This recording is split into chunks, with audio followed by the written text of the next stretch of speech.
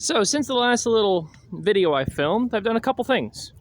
It wasn't really running when I got it because the fuel tank was completely clogged up and covered in rust.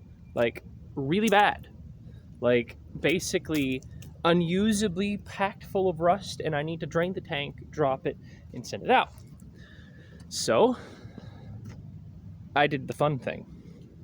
And some of you have probably done this before and know what's in this trunk. I just stuck a fuel tank in it and called it a day. It's got 5/16 inch internal diameter marine hose running down. For chafe reasons, this stuff is as thick on the external diameter as it is on the internal diameter, so it's pretty freaking strong. It's hooked up with a quick detach so I can easily take this thing in and out.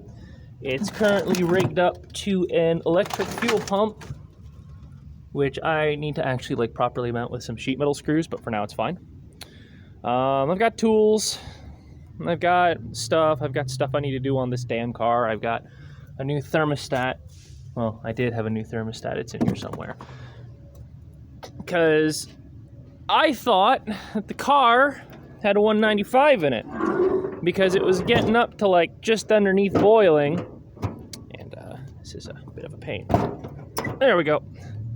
This is getting up to just underneath boiling, and just kind of sitting there, was just pretty happy, you know, hanging out, doing his thing, running real freaking hot, but it wasn't boiling over.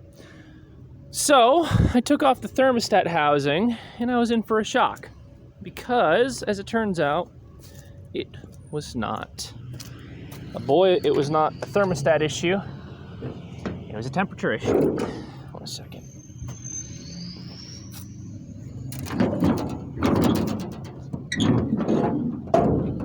Sorry, I'm giving you guys motion sickness.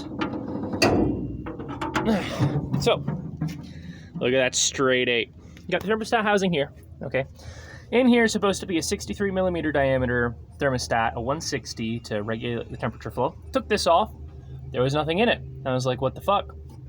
So, I went through and I said, you know what? I've got oil seeping around this head bolt here for the longest time. I'm gonna see what's doing that. So I grabbed my trusty old torque wrench, and these head bolts are supposed to be torqued to about 63 foot-pounds. So I set my torque wrench to 63, and I start going through it. And what I find out is that this side of the head is torqued down to about 45. This side of the head is torqued down to about 20. Which, that would explain the fumes I was getting out of the breather tube. That would explain the overheating. That would explain the oil in the radiator. Yeah, more on that. Oil in the radiator. What the fuck? But, so, electric pump ran underneath with the power up to this here. Fuel filter, mostly this is here just so that I can monitor flow. It's not really here for filtration purposes. Honestly, this system's fine.